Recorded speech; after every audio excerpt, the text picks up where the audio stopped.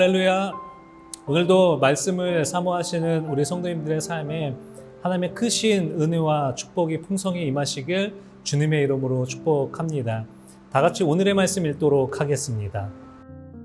엿새 후에 예수께서 베드로와 야고보와 그 형제 요한을 데리시고 따로 높은 산에 올라가셨더니 그들 앞에서 변형되사 그 얼굴이 해같이 빛나며 옷이 빛과 같이 희어졌더라.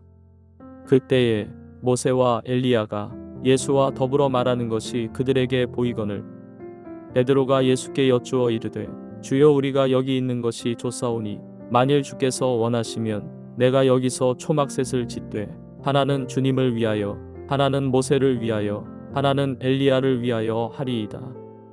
말할 때에 호련히 빛난 구름이 그들을 덮으며 구름 속에서 소리가 나서 이르시되 이는 내 사랑하는 아들이요 내 기뻐하는 자니 너희는 그의 말을 들으라 하시는지라. 제자들이 듣고 엎드려 심히 두려워하니 예수께서 나아와 그들에게 손을 대시며 이르시되 일어나라, 두려워하지 말라 하시니 제자들이 눈을 들고 보매 오직 예수 외에는 아무도 보이지 아니하더라. 그들이 산에서 내려올 때에 예수께서 명하여 이르시되 인자가 죽은 자 가운데서 살아나기 전에는 본 것을 아무에게도 이르지 말라 하시니 제자들이 물어 이르되 그러면 어찌하여 서기관들이 엘리야가 먼저 와야 하리라 하나이까? 예수께서 대답하여 이르시되 엘리야가 과연 먼저 와서 모든 일을 회복하리라. 내가 너희에게 말하노니 엘리야가 이미 왔으되 사람들이 알지 못하고 임의로 대우하였도다. 인자도 이와 같이 그들에게 고난을 받으리라 하시니 그제서야 제자들이 예수께서 말씀하신 것이 세례 요한인 줄을 깨달으니라. 오늘 본문은 예수님께서 베드로와 야고보, 요한을 데리고 산에 올라가셨습니다. 예수님께서 3명의 제자들을 데리고 산에 올라가신 이유는 무엇일까요? 오늘 본문인 이 병행 구절인 누가복음 말씀에는 기도하시러 산에 올라가셨다라고 말씀하고 있습니다. 그러니까 예수님은 기도하시기 위해 베드로와 야고보, 요한을 데리고 산에 올라가신 것입니다. 그런데 산에 올라가셨을 때 이 예수님의 모습이 변하게 됩니다. 오늘 본문 2절의 말씀입니다. 그들 앞에서 변형되사 그 얼굴이 해같이 빛나며 옷이 빛과 같이 희어졌더라. 예수님께서 변형되셨다고 말씀하고 있습니다. 여기서 변형되었다라는 것은 형태가 완전히 변화되었다라는 것입니다. 외적인 것과 내적인 것 모두 변화되신 것입니다. 예수님께서 얼굴이 해같이 빛나며 옷이 희어지시도록 변화되신 것입니다. 이 모습은 예수님께서 완전한 신성의 모습으로 변화되신 것입니다. 이 모습은 우리의 성도들이 어떤 모습으로 변화될 것인가를 보여주는 하나의 예표이기도 합니다. 예수님은 누구와 함께 있으셨습니까? 이 모세와 엘리야와 같이 또 계십니다. 예수님은 이들과 대화를 나누고 계셨습니다. 이 오늘 본문에서는 어떠한 대화를 나누었는지 정확히 알지는 못하지만 이 누가복음에서는 예수님께서 예루살렘에서 별세하실 것을 말하고 있다라고 설명합니다. 예수님은 하나님이 계획하신 고난과 죽음에 대해 이야기하신 것입니다. 이들은 예수님께서 십자가를 지신 메시아라는 것을 설명하고 있습니다. 그런데 베드로는 이 예수님의 의도를 전혀 깨닫지 못하고 있는 것 같습니다. 예수님은 이 땅에서의 사명의 길을 걸어가고 자기 십자가를 지고 갈 것을 말씀하시지만 베드로는 여기에 있는 것이 좋으니 초막을 짓고 살자라고 이야기합니다. 그러니까 베드로는 산 아래로 내려갈 생각이 없이 계속 산 위에 머물고 싶어 하는 것입니다. 오늘 본문 4절 말씀입니다. 그때 베드로가 예수께 말하였다. 선생님, 우리가 여기에 있는 것이 좋습니다.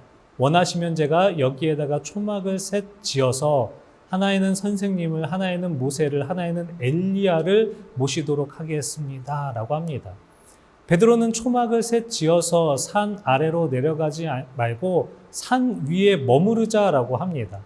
예수님은 예루살렘에서 고난과 죽임을 당하고 이 십자가를 지셔야 하지만 이 베드로는 이곳이 좋다라고 하며 예수님의 의도를 파악하지 못하고 있습니다. 베드로가 이야기하고 있을 때에 이 하늘에서 또 음성이 들려오게 됩니다. 오늘 5절 말씀입니다. 베드로가 아직도 말을 하고 있는데 갑자기 빛나는 구름이 그들을 뒤덮었다. 그리고 구름 속에서 이는 내 사랑하는 아들이다. 나는 그를 좋아한다. 너희는 그의 말을 들어라 하는 소리가 들려왔다. 하늘에서 하나님의 음성이 들려오게 됩니다. 이는 내 사랑하는 아들이라 라고 말씀하고 계십니다. 이 말씀은 하나님께서 보내신 예수님이 메시아이시며 또 유일한 구원자가 바로 예수님이라고 확증하는 것입니다. 오늘 본문에서 예수님은 제자들을 위해 이 신비한 환상을 보여주시고 하나님의 음성까지 들려주십니다. 그렇다면 예수님은 제자들에게 변화산의 그 영광의 모습을 보여주신 이유는 무엇이었을까요? 영광을 알아야 이 땅의 고난을 이길 수 있기 때문입니다.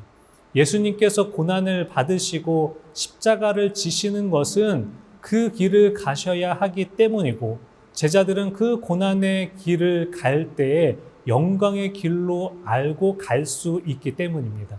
대속의 십자가 이후에 얻게 될 그 영광을 보여주신 것입니다. 제자들이 고난의 길을 가기 전 예수님은 자신의 모습이 변화되는 것을 통해 영광의 모습을 보여주고 계십니다. 높은 산에서 변화되는 예수님은 하나님의 아들인 예수님이라는 것과 예수님께서 진정한 메시아임을 제자들에게 보여주고 있는 것입니다. 제자들이 이 변화산에서 눈으로 보고 경험하고 하나님의 음성을 듣게 하신 것은 하나님 나라의 영광을 경험하게 하시는 것입니다.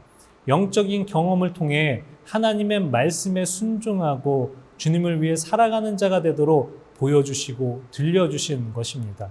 사랑하는 성도 여러분, 우리가 믿음으로 살아갈 때 무엇을 바라보고 살아가고 계십니까? 영적인 것을 바라보는 자가 되시길 주님의 이름으로 축복합니다. 베드로는 예수님의 사역을 제대로 이해하지 못하여 여기 있는 것이 좋사오니라고 말하며 산에 있으려고 합니다. 우리도 베드로의 모습처럼 내가 편한 대로 십자가 없는 영광만을 바라보는 모습이 되어서는 안 될 것입니다. 오늘 하루도 하나님께서 원하시는 길을 온전히 행하며 하나님의 영광을 바라보며 이 땅에서의 믿음의 경주를 온전히 행하는 우리 세종학교회 성도님들이 다 되시기를 주님의 이름으로 축복합니다. 기도하겠습니다. 살아계신 하나님 아버지 은혜 감사합니다. 오늘도 귀한 하나님의 말씀을 통해 우리 가운데 은혜 주심에 너무나 감사를 드립니다. 오늘 귀한 하나님의 말씀처럼 우리 역시도 그 말씀에 순종하며 나아가는 자가 될 수 있도록 인도하여 주시옵소서. 변화산을 통해서 예수님의 모습이 변화되고 또 하나님의 그 음성을 들었던 것, 그 영광을 바라보며 또 이 땅의 그 고난들을 헤쳐나가고 또 하나님의 귀한 일들을 감당하게 하셨던 것처럼 우리의 삶에서도 믿음으로 나아갈 때마다 그 천국을 바라보며 나아가는 믿음의 모습, 영적인 모습 될 수 있도록 인도하여 주셔서 오늘 하루도 영적으로 승리하며 나아가는 복된 하루의 시간 될 수 있도록 인도하여 주시옵소서. 주님 감사합니다. 이 모든 말씀 우리 주 예수 그리스도의 이름으로 감사히 기도드리옵나이다. 아멘.